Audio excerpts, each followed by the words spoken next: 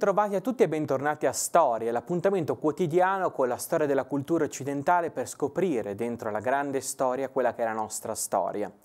Fino adesso ci siamo occupati di regni micenei, della grande tradizione dei regni micenei che sta all'origine della cultura occidentale. Infatti i regni micenei sono quelli in cui si ambienta in qualche modo la vicenda storica e la vicenda epica dell'Iliade e dell'Odissea. Poi, ad un certo punto, nel XII secolo a.C., succede qualcosa di altamente significativo. Tutto trae origine da un mito, il mito di Ercole, che è conosciuto anche col nome di Eracle, questo sovrano, questo grande eroe dell'antichità, che si era fatto un nemico terribile nel cugino Euristeo. Ebbene, quando Eracle muore, il cugino Euristeo torna per in qualche modo prendere il regno di Ercole, il regno dei figli di Ercole.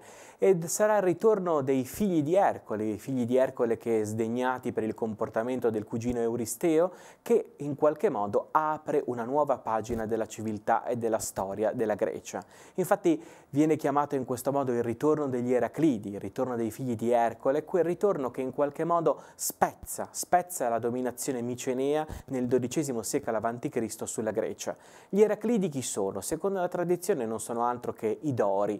I Dori, questa popolazione che proveniva da nord e provenendo da nord per un'ondata migratoria, le ondate migratorie esistevano sempre e esistevano ancora di più in quell'epoca, ecco questa ondata migratoria giunge verso sud e travolge la civiltà micenea già profondamente in crisi.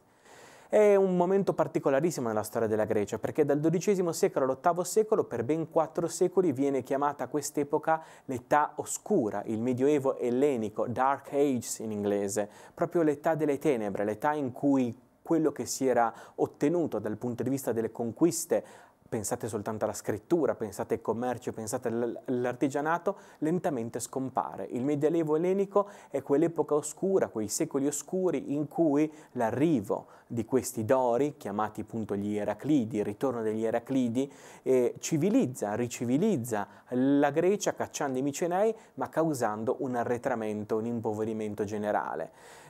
Scompaiono i commerci, scompare la tradizione diciamo anche più legata alle prime fabbricature di tessuti e di tele, scompare il linguaggio scritto, scompare la scrittura che viene utilizzata soltanto in alcuni rarissimi casi, vi ricordate parlavamo di lineare A, di lineare B, scompare completamente questo tipo di scrittura e ritornano i villaggi, ritornano i piccoli centri abitati, uniti intorno a quelli che erano i grandi condottieri, i grandi re potenti, i grandi signorotti dell'epoca. Sembra che la Grecia improvvisamente faccia un salto nel buio, un salto indietro, 4 secoli di oscurità.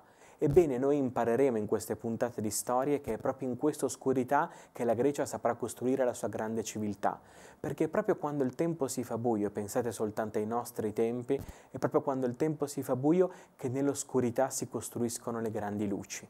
È lì che ci aspetta la storia non ci aspetta nei momenti luminosi, la storia ci aspetta nei momenti più bui e più tenebrosi.